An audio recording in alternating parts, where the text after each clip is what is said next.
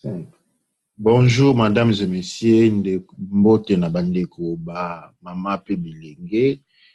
Lelo tozongi susu toyambi bino na kati ya lisanga to pe Académie et culture noire kémétique. Lelo toye kosolola to ezali droit de réponse na émission to sala ki lobi na mokolo ya lobi. Oyo tolobelaki oyo toza kobenga na lopoto relecture histoire ya Zaïre. Toutaki wapi, tokendaki wapi, ni émission bandeko mingi ba sepelaki na yango, topesi matondo na bandeko nyonso oyo balandaki biso qui ont été avec nous sur la ligne. Pe na sima émission tozwaki ba avis favorable et non favorable sur oyo makambo tosololaki na yango. Et na yango mitune etombomaki mwa mingi pe ba ndeko mingi pe batundaki mituna bazalaki na baduti na bango. Yango tomonaki ete esengelaki kosala bongo mwa émission mosusu to pe kolanda na nzela wana pona koyanula na mozindo eloko nini tozolinga kosala na ngonga oyo. Ndenge nalobaki lobi oyo ezali tozosala politique te, mais plutôt tozokosala philosophie. Tozo articuler pensée na biso pona ete toyebake tozali na koyebake makanisi nde ezali ebandeli esika nyonso. Eloko nyonso tosalaka ebandaka na makanisi. Yango na eloko tokomi nango tozali nde kozongisa makanisi na sima pe pona kokende liboso makasi tozali kosala exercice de la pensée ponde makanisi yango nde point de départ ya makasi na tozali kosala nango. Lelo yanga ya bino Kinkela wa Mazulu tozali koyamba na plateau na biso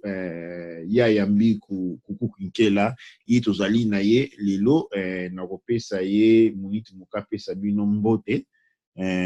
mbote ya yambi kuku Kinkela. Bote bandeko bote balandi na sepeli makasi kokutana awa na émission ya lelo pona mona ki eza important na mboka nyonso il faut toyeba pe histoire na biso malamu parce que tant tolobaka makambo ndeti mboka ezokende lelo bato mosusu bakoloba bapasi tozomona lelo bato mosusu bakoloba bisengo bazomona pe lelo eloko oyo eza important eza pe koyeba eloko nini tozalaki nango pe ti ndeni tokomi na position oyo toza nango lelo. Donc lelo tozo focaliser na nani fois na pouvoir nani fois kendo fosala ndeni tout ça comme ça. Mais na bandi wana eza important pour na bandeko mais sengeli te biso nyonso toyebaka kokangama na esika wana sengeli bato mosusu bayeba kosala mosala histoire ya koyeba oyo tozalaki nango oyo tobungisaki malamu nini ezalaki na kati kuna oyo tokozwa po toyeba komema ngo mpona oyo tokocreye mpona bana biso oyo tokotika comme legacy na biso. Mais il faut pe toyeba pe ndenge nini tokosala po mabe oyo mosusu pe ezalaki pe toyeba pe kobomba ngo ekotaka lisusu te parce que balobaka ke soki ozosala erreur ya ndenge moko ozosala même ozosala eloko wana moko ozorepete yango plusieurs fois et puis et puis ozokanisa ozwa résultat ya différent wana babengaka yango moto be liboma wana eza liboma. Définition ya liboma ezalaka motu oyo azosala eloko moko azotourne oyo babengaka azoko point après sikoyo ya lingi akende liboso ou bien eloko asika yela ye. Mais sikoyo nde tomoni soki tozosala le même makelele tosalaka oyo tosalaki avant indépendance oyo tosalaki ya kala mingi te pe oyo tozosala lelo soki tozokontinue makelele wana nyonso bandeko boyeba pe ke tokozala na résultat moko. Matondo mingi ya yambiku tozali ko préciser na bandeko balandi émission lelo tokosala ngo na modalité lingafra. Tokonanger entre lingala pe na français pour nous permettre biso nyonso tozala à l'aise. De lelo mituna tozali kotourner ezali tokomi na lopoto botala kana etandelo muke tutuni kobanda tokomi wapi depuis l'arrivée de l'esclavage au centre du continent noir à nos jours totuna mutuna wana banda ki boumbe banda katina mokolo lelo aliyango tokomi wapi lelo et puis destin nini oyo tobiso tokopesa postérité o bazoya na sima na biso eloko nini o biso tozali kosala to permettre bango bakende liboso. Et puis rôle nini génération na biso ezali ko jouer ya makasi ide mituna o ezali au centre ya masolo tozali nango lelo to mika kokanisa nalobaki lobi eloko moko tozali ya motu ya makasi yambo nakota na mituna na kopesa mwa ya na mituna batunaki pe ya nazongisa malobe pa ya mbiku na koloba eloko moko ezali liboso bengaka la processus ya pensée. Mutu azali makanisi ezaka ka intellect te. Intellect eza quelque chose d'autre que la pensée. Pensée ezali un élément composant ya esprit. Na kati esprit tozali to bengaka générateur ya pensée. Pensée ezalaka indépendant ya mutu. Mais intellect ezali eloko ba cultivaka yango, c'est-à-dire mutu akoki kozala intellect to akoki kozala intellect te.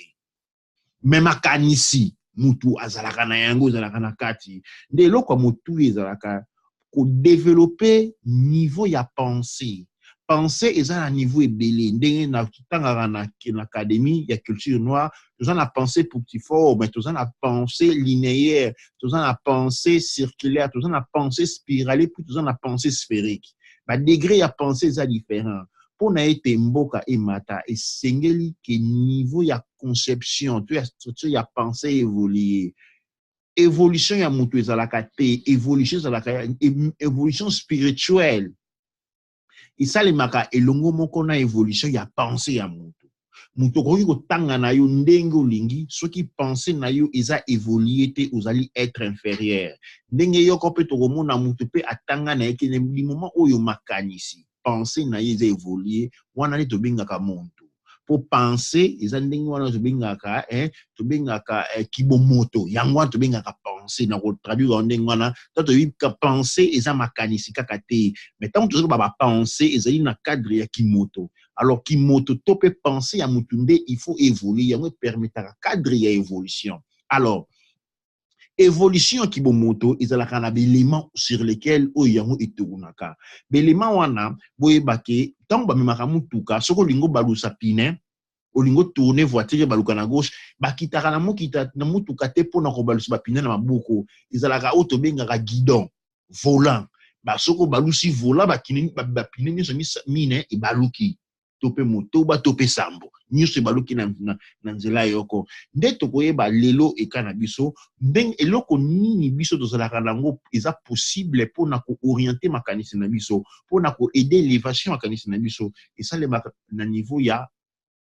nation. Exercice ya mutu, place ya mutu na kata nation de permettra évolution ya pensée. Yango nde tabana utaki na awa pona kolakisa ndenge na lobaki lobi tango tolongwaki toyaki na kati ya Zaïre. To uti ndenge ndeko moko aputulaki motuna kutozalaka ka Congo te tozalaka Congo. Tozalaka Congo tokomi tango tango royaume Congo ekwei baïke batang bayebi histoire bakoloba bako préciser bako confirmer tango royaume Congo ekoi to ko na royaume indépendant de wazobenga état indépendant du Congo. Congo ezali création juridique, c'est-à-dire eza état juridique, c'est-à-dire comme état juridique eza état de fait de colonisation. Wana ezali kombote nazolobela kombote nazolobela expérience. Expérience ya état indépendant du Congo ezali expérience ya esclavagisme na lutte pour na kobima na esclavagisme na tango tokota na Congo tozalaka na liberté te tozalaka na liberté en tant que Congo tango tokoti na Congo ezali pour na Congo ekwei tokoti état indépendant du Congo tokoti na colonisation pour toutaka déjà esclavagisme. Quand royaume Congo ekwei tokoti esclavagisme si toyokoma Congo belge wana toza siko na phase ya histoire oyo toza na esclavagisme toza na lutte contre esclavagisme oyo tozalaki nango nyonso ekufi mileko elekaki ebele banda fin ya 16e siècle ti tokoma na 19e siècle hein te kozwa vers vraiment na toujours que vers ba fumuki bango ba botami to kende ba fumuki bango ba botami na fin ya 18e siècle to kuti 19e siècle et on tozaka na kata état où il y a sous colonisation tout ça na Congo tout ça ba congolais en tant que tout ba produit d'appartenance occidentale toke nango titi tokoti na phase ya lutte bo monaka toskoti li to bundi ba fumuki mbangu ba telemi ba mbutama to ba telemi titi ba mbuta mutu na biso kasavu ba ye koko na biso lumumba ye ti tokoti na libération tokomi indépendant et sengela ki ketango tokomi indépendant to longo wana il fallait to changer bilamba to zalaki nango po to zalaki na bilamba ba esclave fallait to changer loko wana ndete yokola to yokolongola elamba ya Congo tokoti elamba ya Zaïre nazo kozonga encore nazo kosala discours to sala débat politique to sala débat philosophique na niveau philosophie na pe articulation à penser OK idée ne sozalaka les bienvenus oye na idée to développer yango donc pour na komona bande ko ike bazalaka très sensible balingaka olobaka eloko oyo ko sepelisa ye wana peut-être ezalaka ndengo na niveau ya politique mais tant que tu na niveau ya philosophie OK tout ça ko exposer makanisi na likanisi nyuso za kanisi na yango donc pour na ndeko nyuso ko mona ke discours nazo ça les a ko blesser ils na intention politique tout ça ba politicien te tout ça ba penseur du moins je parle pour moi OK ndé siko to koti na phase ya Zaïre to comme ko créer identité. Alors, to créer l'identité to tongi histoire auto bengi to bandi nango banque des Zaïre to créer le kumu Zaïre ezalaki mboka liboso elotaki mokumu na kata Afrika mobimba. Bo ba yiba na Rwanda Burundi baza kokanisa même pas kokende soki France Belgique. Bango tout po bazaki koya ko ba ya wapi ba ya na Zaïre Kinshasa. Otobaka kisasa elomba moya nani tozaka na statut koko na biso zolaka na mboka oto ndenge to yebeni na masolo bakoko ba pesi batikela biso zomona to continue ta wana komona batu tu baza ko ba médecin tu ya mayela za ko buzana na Afrique autaka wapi na université Kinshasa o ba docteur amakasi bango tu na mama ye mozaki lokola centre ezaka hôpital ya Congo ya Zaïre te mais Afrique mobimba ba université zaïroise ba université il y a premier plan en Afrique mobimba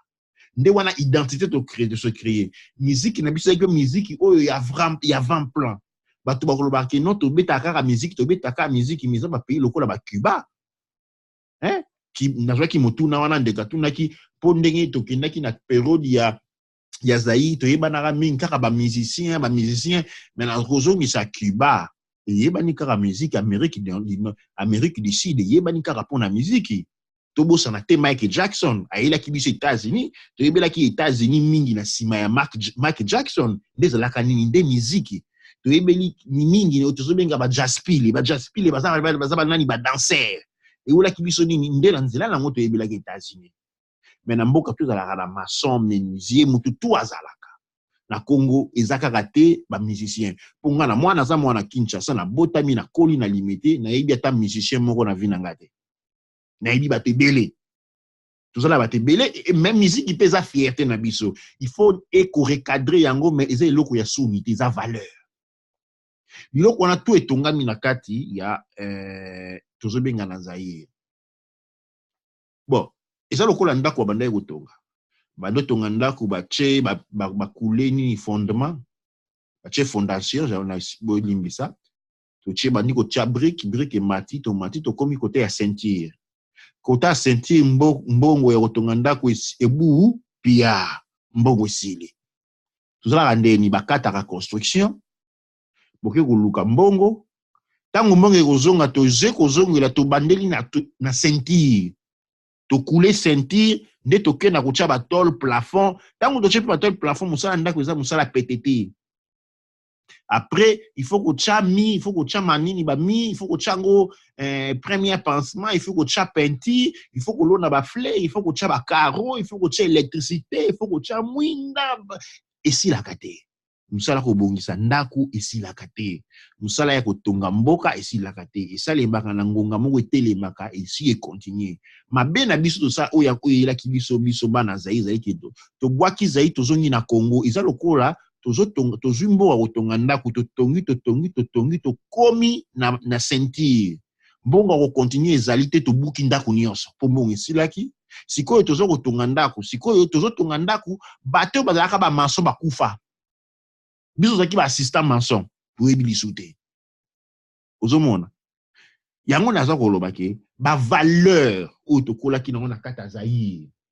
parcours ya histoire zaïroise yango osalaki tozala mite ya malamu tobosana te ke avant tozalaki na époque ya Congo okokaki kolongwa lembo kende matongi te bakoboma yo na nzela ntango toyo kota na kati ya Zaïre tokoti na paix ezalaka période oyo toyo kodécouvrir paix okolongwa no masina ti okende na yo ti mbinza ata makolo okende na yo moto akotungisa yo na nzela azali te toyo découvrir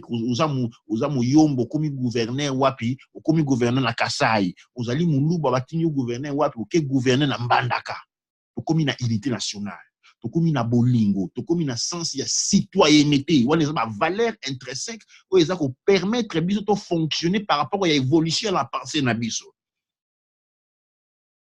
Mais na mboka nyonso komi na libota nyonso makambo mabe ezangaka te ndoko mona tokomaka na période oyo mbongo esilaki c'est-à-dire tokoti na 3e république makambo mabe ekoti mboka ekomi corrompu makambo mabe eza lokola mbongo esili mais esengelaki biso kobuka ndako te mpo oyo biso tosalaki ezalaki nde kobuka ndako oyo ezali toloba leti parabole tobuki ndako yango tozoloba kino yango lelo mokolo lelo tobungi nzela toyeba so eloko ya kosala te bana Congolais na kati ya Kintu bango tu bakonga bakuluna ukochawa ke mboka ebedi ekomi bosoto polo na kati ya mbinza pigeon batu bakoma kozela mai ya mbula mpona kosokola toilette banini badal toilette etonda bakompani oyo eza koya kovide badal ezalaka lisusu te mais na 5 mètres baza kotumba ntaba ya koteka bandinzi oba kenda kolia na toilette bango nde bakenda kosokola nini kokita likola bantaba oyo bato bazali kolia okomona bato batambola Kinshasa bango tu misu ya jaune place ezalaka pembe bango te kuma jaune bato na kino omona bokokanisa bato maboma nzoka bato baza juste po soki pasi mpe eleki ekomisaka moto liboma encadrement ezali tozala na Kinshasa tozala na Europe na Amérique situation ya otokomi Congolais eza ndenge moko pona to perdre matonge na France to perdre porte de Narmir na Belgique to perdre tout na biloko kolia bandibu bakoma kopesa biso Nigérien otoyebi Nigérien na kata Kinshasa akomi lokola na ebité nzambe komonela bazaïwa na kata mboka na Congo na kata mboka na parce que to perdre valeur to perdre biloko eza kopesa biso identité to perdre biloko eza kopesa biso lokumu yango naza ko expliquer na sens wana nazo kosala démagogie politique te mais nazo sala étude ya perfectionnement ya pensée du point de vue philosophique yango eloko toza kosula kosunga lelo esengi na biso to se reprendre to ressaisir ba valeur mutuna mususu batuna ki ezalaki par rapport balobi to kosala nini to kosala boni mama moka tunaki nga mutuna wana na Facebook ya yambo matondo pona mutuna wana na répondaki yango na yanulaki yango mbala moko te pona ngunga wana azalaki na réponse nango te sengelaki nanga na kokende na méditation tango na méditer na yeko yana yano ezali éducation auto-éducation na éducation ya ba jeunes surtout makasi ya mboka ezalaka na jeunesse moko abiso ekoyi po jeunesse il y a 30 ans bakomaki bana balabala l'église eyeli biso kibondoki ya kobengana ka bana tata oyo abengani tata to mama oyo azwi mwana na ye moko abota bengana balabala po moto mosusu ayebisa kaka kindoki makila oyo yo moko bwaki na balabala uzobosa toboza ni jeunesse wana ndi bango nde baza pona ko renforcer mboka jeunesse wana siko ba ki pona ko renforcer mboka ba komi ko détruire mboka po bango nso bakoma bakuluna awa na poto bakoma miyibi so ke na Londres eza lokolo za la Kinshasa bana ba congolais ba michaka mbeli ni colonio so 2018 depuis banda janvier tito komi sikoyo chaque semaine bana ba congolais ba yazeka ba kufaka na bambeli pona nini sansi ya bomoto ezali te tango biso tokolaka okoki ata mbala moko te kokanisa kina kinezula mutu mbeli ko banda boni okobanda boni po tozalaka na bavaleur me bavaleur wana ezalaki contenu lima toza kobenga Zaïre. Zaïre eza moni bato bakokanisaka ki non Mobutu nde moto asalaki Zaïre te. Mobutu asali Zaïre te. Zaïre ezali mosala ya biso nyonso. Omoni ta basalaka mutuka napesi ndakisa Ford atongaka mutuka te. Batravaye nde batongaka mutuka batina kombo Ford. Na tolobaka Mobutu eza Mobutu moto atongaka mboka te. Mobutu akendaka guerre ye moko te. Eza na eloko moko te Mobutu asala ye moko. Bazaïrois nde basalaki mosala. Mais symbole ya unité Mobutu azalaki symbole ya unité ya nation, aza ko représenter peuple. Tant bolobi Mobutu bolobi nde peuple. Po azalaki symbole. Tant bolobi ke Mobutu abomi mboka eza ko loba ke peuple nde muta abomi mboka. Comme encore na zongi toujours Mobutu aza ko représenter symbole. Na mabe to pe na malamu. Yango wana eloko nazolinga to sosola malamu na ngonga oyo. Pensée ya moto ya Congolais nde ekwei na mabele. Na boite tokomaki na elekwa pasi na tanga na ngonga tokoti na 3e République, raison pour laquelle basalaki conférence nationale ou ici bakite pour l'infiltration occidentale.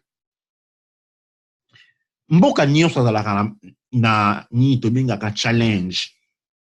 Tozo komona wandakisa na États-Unis na Russie. États-Unis alingaka toujours ka kotia zolo na makambo ya Russie. Kala mingi tozomona awa na Europe mazwaki armée na bango batse na frontière à Russie. Soki sikoyo Russie azana makasi te ba osala nini ba occuper mboka nayo ba attaquer yo. Mais lokola Russie azala mandoki oya ye pa bimisi mandoki oya ye. Muta ko attaquer ya zate. Isa rapport de force entre nations qui mameloté. Makambo ya gestion ya mboka ezali makambo ki mameloté. Pona nini biso Kongo to komi na esika oyo mutuna sengi ya makasi to sengi otuna lelo. Pona nini tango to koti na kati ya to tiki to komi ba Congolais to perdre ba valeur intrinsèque ya kibumoto na biso to perdre musala makasi to saki depuis 1970. To tikali maboko pamba, to tikali to komi affaibli. Tango za faible munguna akwatake yo. Tango za faible na ba camarade na yo soki yo sali attention te bakokoma bangunda na yo. Potango mboka na biso ekomaki faible na bato topesaka biloko ya kolia. Na bato zakala bango ba camarade bango te bakomaki ba ennemi, ezali principe ya fonctionnement. Pona ete babanga yo fozala na utobengaka na identité na yo intérieure. Tango za identité faut ezala ko développer yango, ezali na mboka moko te na mokili ezalaka libre. Na pesa ki ndakisa par exemple na Italie. Na Italie tango fallait ba voter entre ba kene na république to batika la nini monarchie. Peuple akendaki na élection a votaki ki atika la monarchie. Mais lokola ezaki intérêt des États-Unis. Hein? Intérêt des États-Unis que Italie est comme république. Malgré vote ya peuple, Italie est comme qui monarchie. Donc par exemple Jacques Chirac na France. Hein, tozaki na témoignage uta ko makalami mbule uti ko bambule uti ko leka ya mwasi ya Jacques Chirac. Alors bazalaki na pouvoir te ba décision nyonso ezalaka na mboka uta ke États-Unis. Donc na États-Unis bango moko. Chaque fois basalaka élection, après l'élection, chaque fois dossier bimaka ya ba doute ki ba trichaki. To monya on élection ya Trump. To monya ki une élection ya Obama. To monya ki une élection ya George Bush. Chaque fois l'élection sili o ba trichaki ba fouté bima trichaki ba salaki boyi. Mais à la fin ba ko couvrir yango. Pour na bazana be pour bazali na sens ya identité. Ba ko ki jamais ko bebi sa identité wana. Citoyen nyos américain, citoyen nyos français otala sikoyo. Pour na oyo to bebi sa identité, valeur to zana ngo obutu nyos zonga sima te to bebi sa te to malgré qu'on est beba to couvrir. Ils ont mboka moko taza indépendant, mboka moko taza indépendant. Système de force ezali makasi ma multinationale surtout na ngonga on na eleko ba multinationale ba komi tellement puissant. Il faut en premier ko conquérir identité na yo, liberté to permettre yo, hein, na kata Congo tozaki na liberté na biso. Si ba matière première te, mais tozaki na liberté mingi. Il fallait siko to bana kokolisa yango malembe. Mais pour na kokolisa yango il fallait penser de évoluer. penser évoluer tu te ngata comme à niveau ya mando qui te sali bon et simba kité mais sengela ki na biso ko boaka nyonso na fulufulu te na fulu na nini na kotia nyonso na poubelle te ifengela ki na biso ko côté lema et puis ko bandela na Zaïre po eza Zaïre ezalaki emwana oyo tokolisi Zaïre ezalaki ndaku oyo esi tokolisaki ba fondation tokomi na ba fenêtre tolingi totia ba claustra me mbongo esili babukaka ndaku te babukaka ndaku na situation wana te sikoyo na ngongo oyo solution ezali mutu na mutu amekota na kati mutu évolution à penser eza évolution automatique parce que mutu na mutu azoko évoluer ngonga moko ezali contrat politique te moi groupe wana batabudu ya Congo to pe boté eza politique te ezali religion te ezali mutu na mutu à prendre conscience ya nini to perdre to meka ko récupérer yango na bandi na kopesa malobe pa ya mbiku nde amema biso na nzela to yoka so mituni ezali soki pe oya sepeli koloba. Okay, matondo mingi ngana zaki na mutuna moko na ngana tuna mwa mituna na ngana tuna ndeti na ndenge ozoloba mutu soka yoki na musika sans bososoli yako tuna par exemple que donc ce que tozongi na kati ya Zaïre ça veut dire que ba problème nyonso toza nango lelo ekosila te ba problème et pas la et aussi la te problème ici la jamais hein na mokilo ya boye o ya biso boye problème ici la soko kufi problème kozala mais faut tous amener na nzela ya kozola ka ba solution po siko ndenge lobaki na tango sa ka introduction toza ko rond point toza ko tourner au rond pendant que mokili izali ko évoluer na kopesa ndakisa na 1960 un franc un makuti zaki na valeur à $3 ba tozaki nini capacité industrielle na biso zaki supérieure na oya Canada ba pays loko ba Singapour ba zaki na place ko chabiso ata musabi place moko te Singapour ko koloba na Zaïre te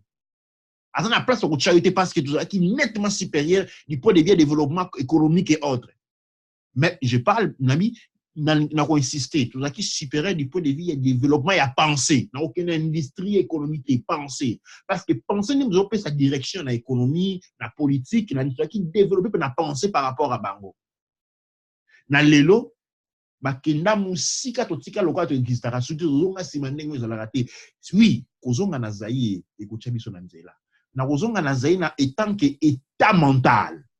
hein nazolo ba Zaïre te to wi to changer drapeau to kuma mbala Zaïre te wana eza nini eza ba ombre ezali moquerie nazolo bela Zaïre en tant que état d'esprit sans ya kibomoto to kuma ki na yango nde sengeli kozonga indépendamment ya Congo indépendamment ya Congo parce que ceux qui botsanda kuna bino na matete ceux qui babile les sous matete ba pesa en Congo lu fwa en Congo c'est pour ça que changer te ndaka tika ka place wana et loko biso to perdre zali nde ndako ensemble ba valeur to nde ba lobaka to boaka soko zo boaka mai ba boaka mai na mwana te hein ba boaka mai na mwana te biso to boaka ki mwa ina to boaka ki mai na mwana uzolanda na biso na répondre na mutuna na yo na bonde teza réponse moko malamu parce que bandeko ebele question na bango ya liboso eza que surtout na tant tout ba likambo Zaïre c'est vrai que mémoire historique na koloba mémoire historique eza na no rectifier te pourquoi na loba bongo c'est que ngai na université na tangaki un peu histoire ya Italie pendant guerre mondiale ou abengaka guerre européenne. Alors babetaki histoire il y a ville moko je pense c'est à San Pietro babenga ngo massacre à San Pietro ouais. Alors na ceux qui vont découvrir lingi na kopesa bango histoire ya massacre à San Pietro na époque wana zaki période oyo so boyebi bien Italie bazaki allié na Allemagne ce que tant Italie bazaki allié na Allemagne tout d'un coup boye Amérique côte na kati ya Italie alors Amérique va comme convaincre ba italien ba boya Allemagne ba boya kozala nde bazalaki bayeba kondima kozala ba allié na Amérique donc sikoyo esalaki ke parti moko ya Italie ezalaki allié na Allemagne comme parti mosusu ya Italie ezalaki contre contre Allemagne. Allemagne aux États-Unis. Donc bazaki ba lié aux États-Unis. C'est que changement on est bando sala mandate na koloba du sud au nord. Mais si ko na nzela na bango batu mingi bakanisaki ke ba américain ba yaki pona ko libérer bango, mais ba américain ba yaki pona ko libérer bango pas vraiment. Pas oui et non.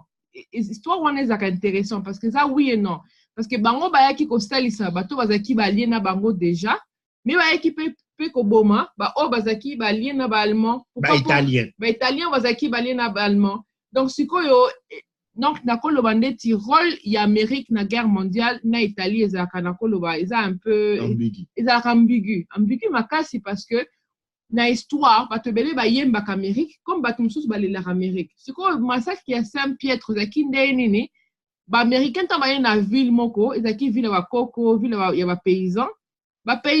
yebisi ba américain ke biso makambo ya guerre toza kutu na kati kutu te bana ifale topesa po bakebunda si topesaki po ezaki forcé mais biso awa toza na basi bakoko na bana mais vraiment makambo ya guerre toza nango na posa te sikoyo baaméricain bayebisi bango non bozwa bana na basi na bakoko nyonso bato balingi babunda te bakende na église bakebatama na kati église mais sikoyo bato oyo batikani na ville tant tokoleka na ville oyo ekoya donc ceux qui tokoboma tobomi ceux qui tokotika totiki tokangi prisonnier tokangi po babanosala bamassacre moko mpe na Italie sikoyo bato nyonso bakangi bisaka bapesi bango neti nakoloba neti une semaine bokende na église bato nyonso bakangi bisaka bakende na église boye mokolo bato nyonso bakokaki bakomi na kati église bombe moko ebombarde église bato bakufi sikoyo na moment wana nyonso bato bakomi mituna bombe yango ewuti epai ya nani ba américain ba allemand ba italien to ba nani bato bazoyeba te donc sikoyo na période wana ezalaki tellement très ambigu donc ba américain ba wangani balobi eza bango te eza ba allemand bazalaki misika moyen mpe badéfendre ezalaki te alors bato na koloba neti na mémoire historique pe na mémoire ya bato bazalaki présent sur le territoire bakangeli ba allemand kanda pourquoi parce que babomaki bato yo c'est comme si bato batiki mandoki balobi biso tokobunda te bakebatama na kati église parce que na période wana Allemagne pa azalaki na koloba sous autorité papale parce que ndeni nozoke boma bato mosusu babatami na kati église sikoyo bato no bozo bana makambo ezoleka na Congo sikoyo bazomituna nani yango abomaki bato mais na période ya liboso dans na koloba ndeti na vague ya liboso entre période temps esalamaki ti ba 2 ans avant guerre mondiale après guerre mondiale na mito bato nyonso ezalaki ke non 100% ba allemand moto abomaki bato après basali ba film 5 ans après basali ba film bazolakisa ndeti allemand bayaki babomi bato babomi bana na basi esalaki ke ba italien bakomaki bayini lisusu bandeko ba allemand mosusu makasi sikoyo histoire ezocontinue bavandi bazomituna mais nani yango asali bongo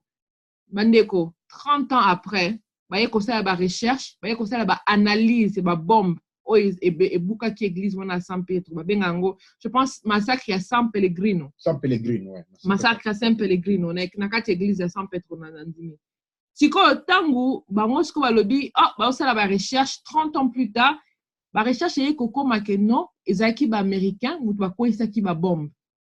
sikoyo histoire officielle ezaki ba américain bakoyisaki ba bombe wana ezalaki bombe par hasard mais bombe wana ekoyaki kaka na kati église esika bato babando batama ozomona bandeko ekoyaki esika mosusu te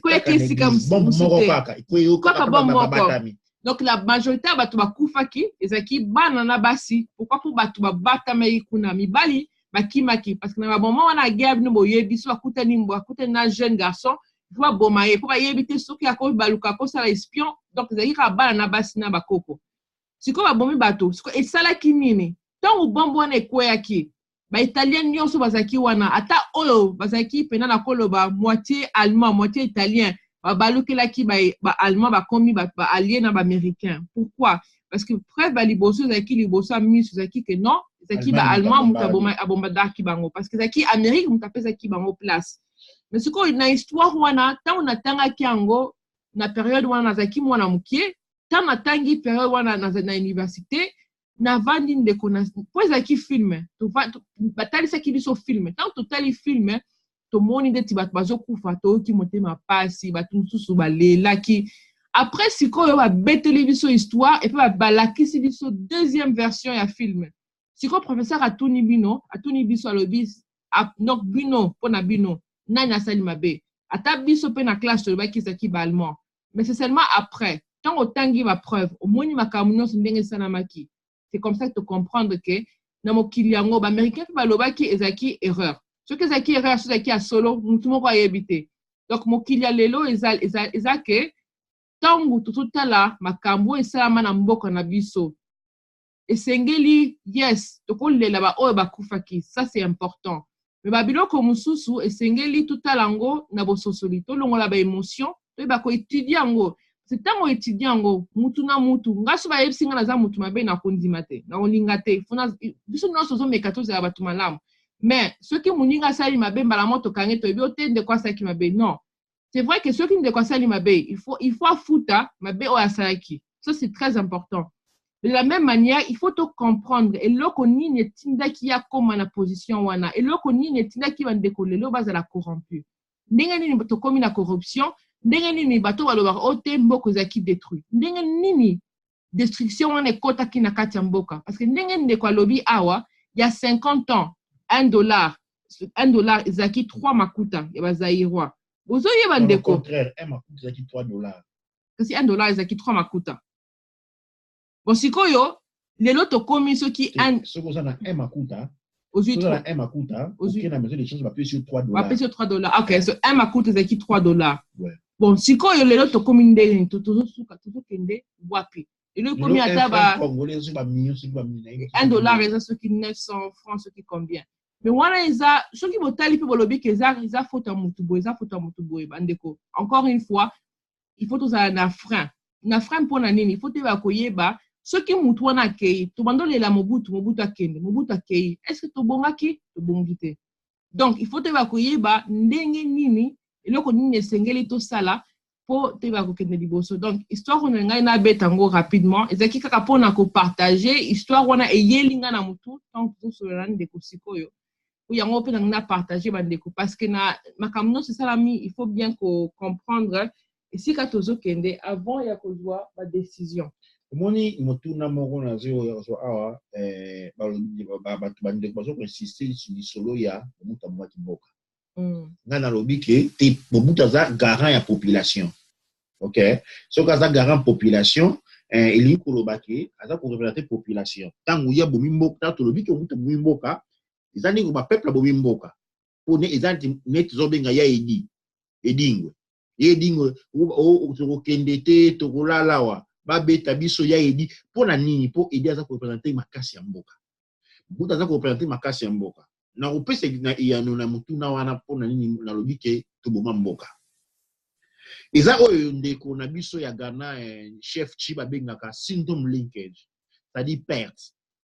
oza na ratio eza na perte to ya na malamu ya mbiko botami na Kinshasa na ndako na bino mutuka bazalaki wana basala yango wapi na poto bilamba bozoki na classe ba ona bozosaka buta ezaki sala mangi wapi télévision bakiti biloko bon donc sikoyo ozomona ke mbok na époque na bane 80 toyebelaki ba français ba patriotique ba nationaliste français atazar milliardaire asombaka Mercedes T Peugeot bazalaka na Peugeot musu na bité soki ba kaka oya bango pona nini ezali principe ya investissement bana ba français batangaka na France so moni mwana français otanga na Allemagne seke papa na sa diplomate bakendaki kuna azovanda kuna yango tanga kuna mais tanga aza na Allemagne aza kotanga na école française ya Allemagne mwana américain soka ke na Arabie Saoudite ake kuna akotanga na école américaine eza pour azo maintenir culture na et puis pour na réinvestissement biso sikoyo mutalamuki na tongo mbeto alalaki azola nango poza na sentiment kitoko na motema il faut à la France mbeto utaki France badra batandi likola mbeto e utaki Belgique pyjama na ye alati e uti États-Unis alamuki na tongo ache sapatu wana e uti France ake komela petit déjeuner table wana France batasa zo melela France milika zo mela kobele uti Hollande asilisi akoti alati bilamba chemise na e uti France asomba kiongo na ville ya France pantalon na e utaki France a manette na e utaki Belgique OK akoti na ngata mutu ke uti na Italie atamboli ake musala OK musala ya mboka tanga kozwa salaire asumbaka eloko ya mboka te abandi kotinda mboko ya étranger alors colon ayaki na Congo na objectif moko kozwa ko transférer richesse ya mboka na étranger na métropole yangwani saki tozolata bilamba ya kopasuka na métropole bombongo ezomata biso toyaki na sima tosalaki musani tokoti na nzela wana ko enrichir métropole batata na biso tout bana tout batangaka na France Belgique hein ba papa ba colonel ba généraux ba ministre chaque année toyi ba camarade o bazaka na poto chaque année na yemo reprendre ngati la $15,000 au moins na bazana poto baza 20 bana mwana na mwana za $15,000 papa na banga futa ndako mitipi yango simboka mobimba sikoyo toyebi bien que to futa dette coloniale na Afrique mobimba chaque année to versa que pas France hein oyo mbongo direct te versera 400 millions de dollars, je crois 400 millions de biloko bona to versa na France après avoir versé mbongo wana o to tikali nango biso moto kitika na France chaque année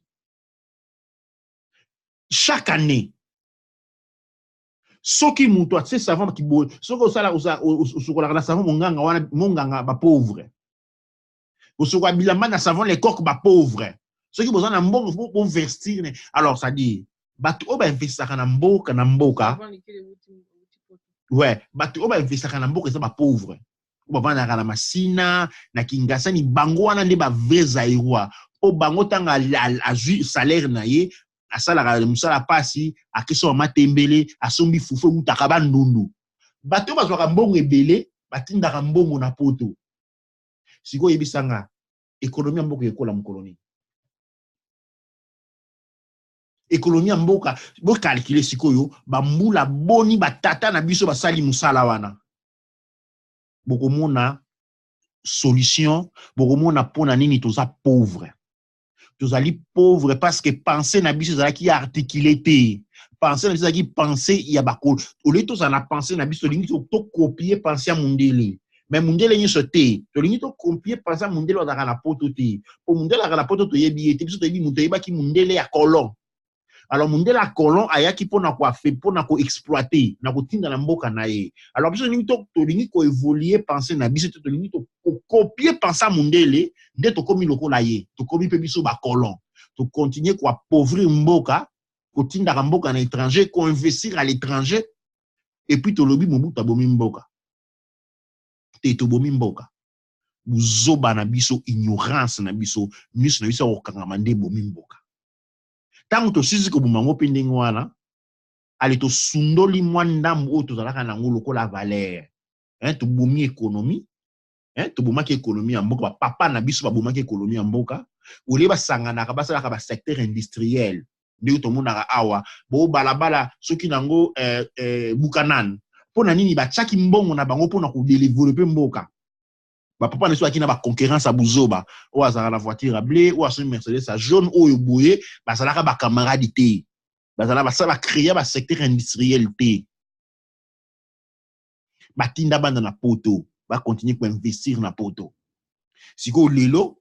bolobi ke Mobutu abomi mboka te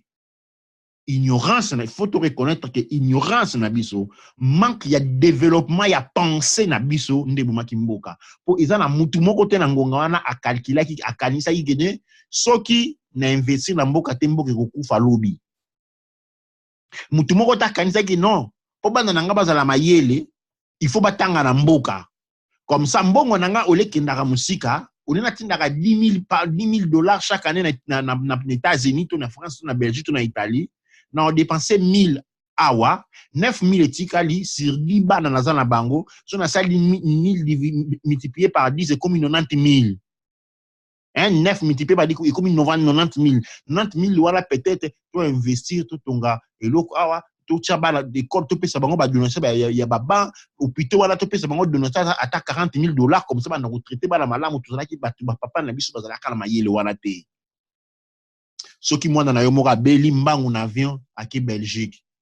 comme ça bana baninga bakufaka opo lobi yo mukunzi olati otomboli okoti na kata Mercedes lobi yo ministre ozi ba soda otie autour no lobi yo colonel yo général yo nde mubomi ya mboka po bana oya yo mbo ebela mboka o ebele ya mbongo o mboka efutaka yo tinda yango à l'étranger ba banque à l'étranger mwana no soka beli ke étranger mais mboka oyo ba pesa yo oyo mboka oyo zo futa yo mboka oyo epesi yo lokubu opesa kango eloko moko te basoda o bakengelaka yo bato apasi bavandaka na mikonga na masina sale faut banda konyoko la population pour na survivre mais pas na yo bayo kokengela yo na fin du mois ozumbongo otindi na France otindi na Belgique nde buzoba oyo ebomi mboka mutabomi mboka za moluba te mutabomi mboka za mukongo te mutabomi mboka za mungala te mutabomi mboka za mushwaeli te mutabomi mboka ezali nde ignorance to sesisaki opportunité ya évolution ya makanicité ya bomoto to ya pensée te to ya manque évolution wana ya pensée nde sali ke to bomi biloko nyonso to bomi économie ya mboka pona ko investir à l'étranger mbongo ngo pe to tindaka à l'étranger tango ngongo bakangi yango catch tango to sisi ko wana mbuta mutu Kabila en collaboration avec ba patron na américain na ba anglais ba allemand ba ko boto la biso eloko tozaki nango ya makasi ba ko boma fondation andako si to tongaki déjà ba longoli biso na Zaïre ba kotisi biso na Congo ezalaki état ya ba esclave ezalaki expérience ya pasi otoza ko bunda pour la libération et si to longola ki libération wana ils ont le col à bazuyo et on a 40 ans une école primaire oh yo aussi soit diplôme secondaire aussi ça peine à université ba boto lui yango ba pêche d'identité muso bizonga ka ndenga batu babe dango to baya ko boka ngunda awa oyingunda na poto oye a opesi kombo mususu dango opesi kombo mususu wana ba enregistrer na kombo wana yo zaki na Kinshasa kombo na yo Matomina. Oui, Matomina, né le 25 février 1979, oui, au changé combo, obi comme on est commis Freddy Kankou. Freddy Kankou né le 7 juillet 1921, pas 81. Et ça identité sika. Elinko lobanini, elinko lobaba diplôme tout tanga classe et koti mai parce que ça na place mon côté comme identité on a ba yebi yango to komi mutasika. Attaque mutasika oza lokolo oza zoba zobo tanga nulle part pour et place wa identité oyo peso ni kinda place nulle part omichi na pasi ndenge to michaki na pasi tango tokoti na Congo parce que ça l'expérience ya auto yebité ça l'expérience mais wana ya bisoté to yebi yango te oko changer d'identité ndenge wana te il faut construire yango to bimaki déjà tout ça qui zabi tumba ya passe ya esclavage tout ça qui yango ya condition tout ça qui ont vu libération to badeko tonganda ko na biso to créer sens ya intégrité na biso okomona leo na Kinshasa moya ko tamboleza na isa sous-souté insécurité na mboka comment insécurité na mboka zongi exactement ndenge za la tango ba Congo okolongo masina okene ngalie mate ba bandi batondi partout ndenge babandi wana bazongi bango lelo bakuluna ndenge zalaka avant période ya kafu donc to lungu esclavage to bunda entre esclavage pour te kota na Zaïre to manifester réalité wana à plein parce que to kozongi na Congo to zongi na époque ya passe mais solution ezali nini solution ezali que de haute la paix c'est ça démarche psychologique psychique. C'est-à-dire, ils ont une valeur où ils ont la carte na biso, ils ont des tolali pongi, ils ont la carte à cauchemar. Cauchemar est dans la réalité. Yango, ils singili na biso ça effort ya kolamuka. na lobite tozonga bazairwa na kati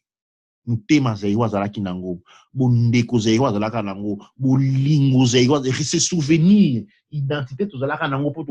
toutaka musika tokendaka musika ba valeur tozalaki nango équipe nationale Air Zaïre biloko tout po mboka na biso za mboka kitoko makasi bokomona na bilili biloko boza to benga ba paradis ozota la photo na tie wana eza paradis wana nde mboka na biso ata toyebaka yango koyeba te po niveau développement tokomaki nango nanu wana te tozaki na kobunda bunda po munguna atikaka jamais liberté bozomona lelo na Syrie batongaka bomona ndenge koyi na mabele pasi eza kuna ekosakana te mboka babeti babomba babetaka bomba na tongo ti pokwa bokomonaka soki Russie azalaka makasi te me ndenge moko azalaka lelo ye pe mpo na nini monguna azalaka na yango wana moni Russie asalaka makasi na programme nucléaire na ye asalaka makasi na kotolisa minduki na ye ndenge wana esengelaki na biso kokende me tokomaki te toza lokola Syrie ya époque na biso moni Syrie babombarde nyonso ekwei ndenge wana mpe Zaire ekweyaki mais wana ezali na niveau matériel mais ki moto ki zairwande il fallait pas tout perdre ndako batongaka mpe bakoyisaka yango ekwei il faut bana kotonga mosusu mais identité na biso obiso tozali intérieurement wana bakobotola biso bakola kosa biso oui mais bakobotola biso te na yango wana esengeli na biso tozala effort bakasi ya ko reprendre identité wana ya ko se souvenir to mutaki wapi nini esalemaki soko moni mama moko boye mwana moko boye papa na ye akufi na matanga akomi kotomboka po papa na ye kobeta ye bigogo ebaka wana mwana mabe muta mabe na mboka nyonso na libota nyonso makambo mabe ezalaka makambo malamu ezalaka me na mboka batamayele batiaka nde batalaka nde oya malamu batiaka plus poids na makambo malamu c'est pas que ba négligeaka makambo mabe mais batiaka yango à côté mpona kotravailler sur yango po échanger nzala ezalaka partout bokende na États-Unis lelo bokende na Washington na ba ville lokola Los Angeles 35% population balalaka na balabala pauvreté na États-Unis bandakala boya na Angleterre bomona yango boyoka yango bato bakanisaka lokola boye awa ngunda bapeka bino bambonga mike wana ki bato miso bazalaka malamu na Angleterre te mpona nini banglais batombokaka awa mpona mingi baautochtone mingi bambongo bapesaka baimmigré wana bazongo bazwaka yango te bazalaka na droit wana te mingi baza moke te boke na Italie mpona nini baza kobetaka bano na balabala po uti Afrique bapesi yo ndako badroit mais bango moko baautochtone bazalaka na droit wana te nga na koli na Italie bokosalaka liboma te bakolo mboka bango moko bazalaka na badroit wana te bo mitunaka mpona nini bapesaka bino yango to balingaka bino mingi keep dreaming balobaka banglais continue kolota tango kolamuki kozala trop tard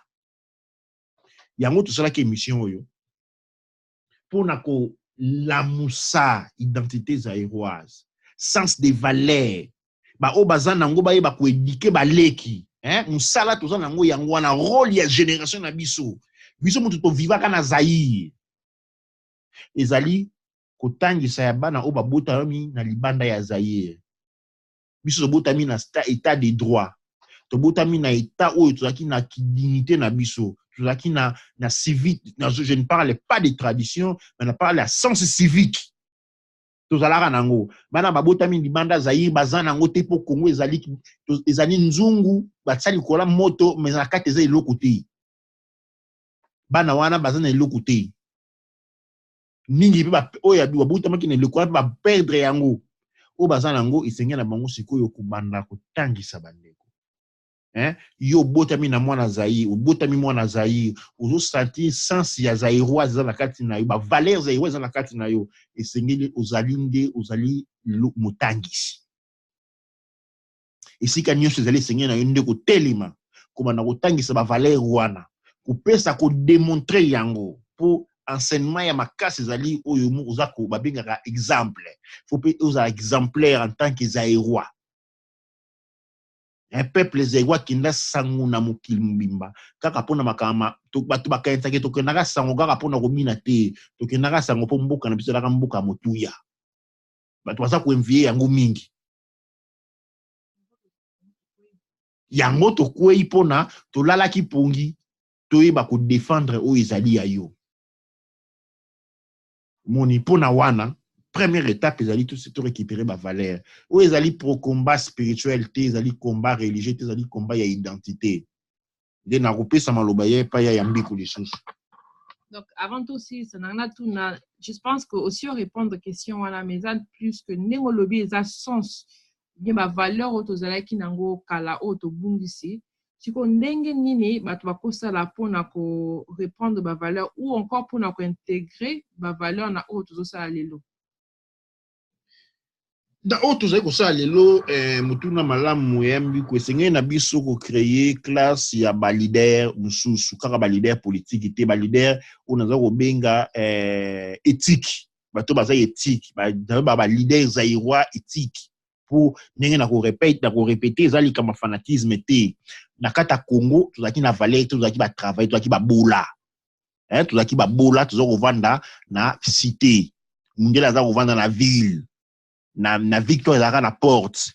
18h bakangi bino ba pauvre ba nyama ba ngulu yango wana Congo avant yango wana situation malamu tozivivaka yango wana Congo avant yango tozalaka ba esclave na Koboya te il y avait quelques personnes quelques noms ya bato baza ko vivre parmi mindele mais ici je parle au nom du peuple je ne parle pas au nom ya ba intérêt ya ba personnel ya bato famille 2 4 5 6 10 familles. Ils arrivent à passer. Tu as la représentation T.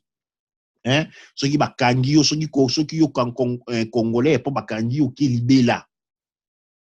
N'importe qui est dans le but de makambu, c'est la cas parfait. Tu as la phase de construction. Il y a oyo biso to lingi. Il y a un moment où tu na recours à l'authenticité. Tu vas na recours, tu vas na retour pour balawa au sala soa nizaki possibilité pression internationale de la makasi. Yango to banaka mobuta lingaka sala retour mais pression ezala ki makasi to banaki na recours ozomona ezala ki to bengaka working in progress travail en cours yango na ba eza important to prendre toujours en considération nangongo to kusala nini nabi to sengeli net ngaya wana Glasgow na groupe o to zo kotangisa ba nazo ko encadrer ba la mike pour na ko lakisa bango ba valeur patriotique zai oyo ba valeur patriotique eza kombote eza biloko yo il faut y expérience yo sala Congo eza na valeur patriotique ato mon côté pour expérience ni musala ki ta on kabila yemba la mo na guerre otangisa mo na guerre te faut tangisa o tuzaki no na kata zai bundeko misala lisanga pona yang simate pona simate to kolisa penser naza ko insister sur révolution ya penser articulation ya penser nde bomoto il faut évoluer ceux qui pensent na eza évoluer kozala hors contrôle ya ba force ya mike ba ko contrôler mutu ceux qui pensent na eza évoluer to kozala sous contrôle ba force wana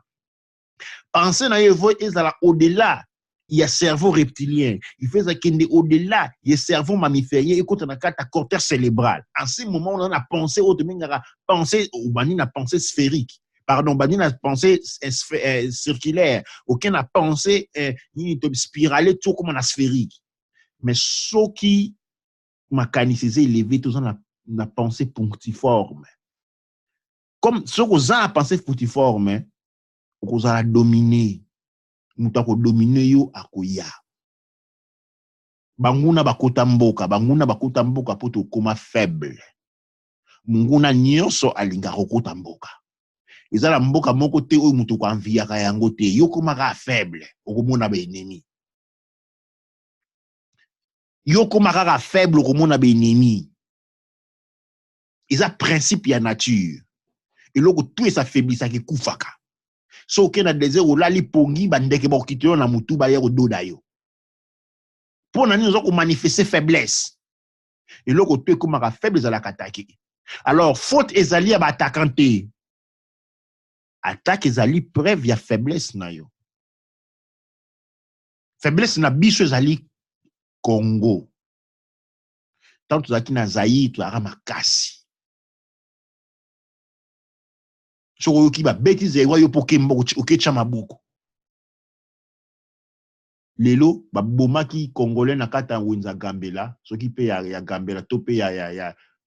marché central, muta intervenant ki azala kité. Po yo mona wapi yo so mona wapi, bazo bête esclave musu ba intervenir. Ba intervenir kate. Isale makate. Yango ni ta manta bazongisa biso ya ki congolais. So basa muninga na yo pasi ozo utala sikote. Ozoli wakutu pona kopoto mona ka mingi awa na poto batu mingi baliwa ya batu mingi na Congo batu bazuli yango mikanda na poto po koma ko profiter sur yango. Soki ba beti batu na Congo ba beti masasi na Congo yo sepeli po zo opportunité ko kotsa dossier ngunda. Soki kuna na Congo kuna masasi zo beta yo muteme sepeli po ko pesa yo document. Obosani te bandeko parce que ils ont la sens ya unité te, ils ont la valeur véritable te. Nakata Zaïre zala ndengwa na te. Na Zaïre na zoiba na kina nza mwana Zaïre. O mutu ilika mona libumbashi biso na television otali ni leki sali yo mawana mutema. O gere leki kuna na kalemi biso tuzo na mawana kata mutema mawana si la po na nini po tokota tokoma bana ba congolais. Congo eza état juridique. Zaïre eza état d'expérience et de fait. Na ronzong sama lobe ya biko soka na motuna mosusu sineto to soka epai to komi pembenya o conclure émission na biso ya biko lobi boni. OK. Osiko dans la loba deti expliquer pour la situation ya bana o bazana ngo sikoyo. Yango nazomi tuna siko lo ifoto zonga na mentalité na koloba ya kibomoko en tant que Congolais ou bien en tant qu'Africain.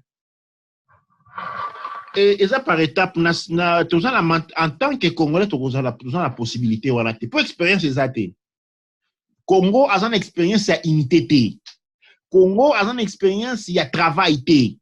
Congo a une expérience ya colonisation. En tant que Congo tu as ba coloniser yango mundele mbura matade yeli biso mbangu kaka kabila ko tanga ba. Alongo la kombo wana tozunga bazaiwa alo a déplacer ta mental na biso. A déstabiliser biso.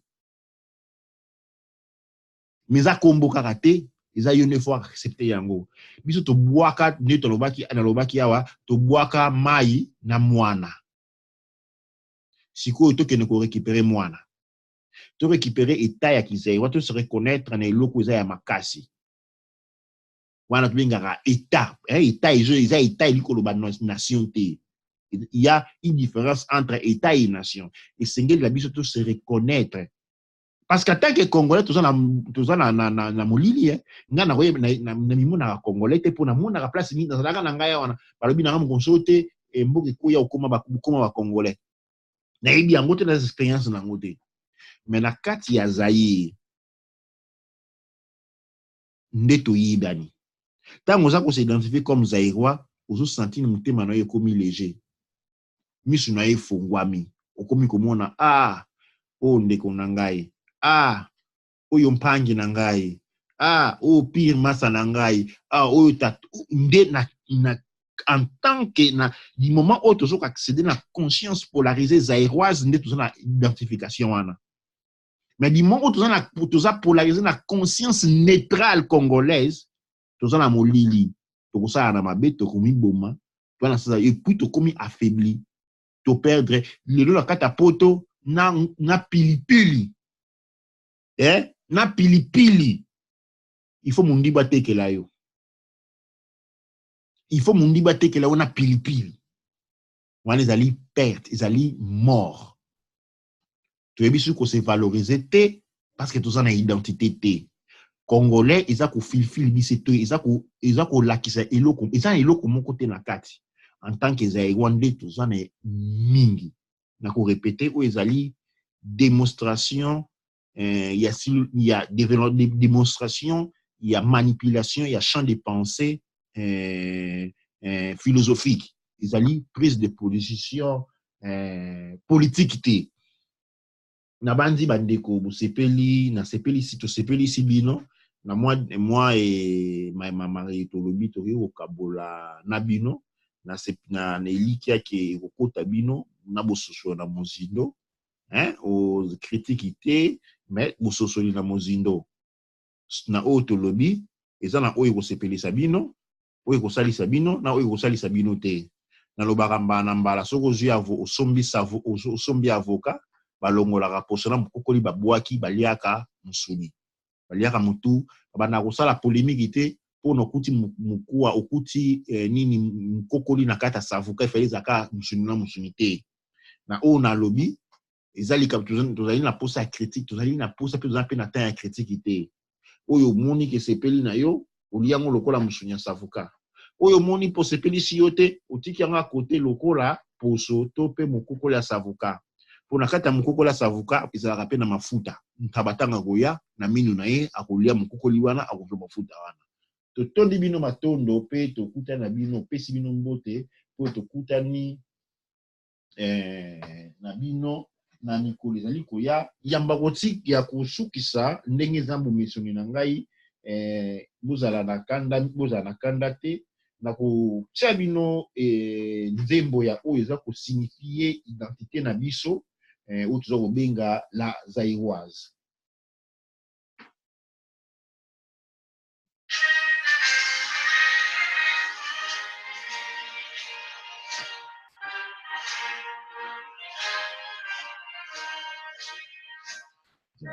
Roi de la paix retrouvé,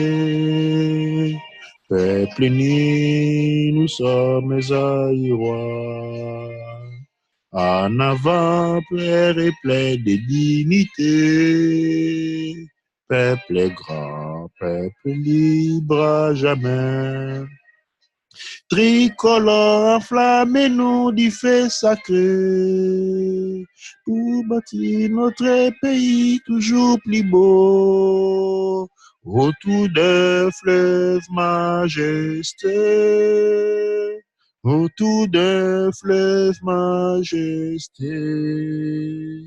Tricolore enflammez-nous du feu sacré qui nous relie d'enseigner à nos enfants, paix, justice et travail, paix, justice et travail.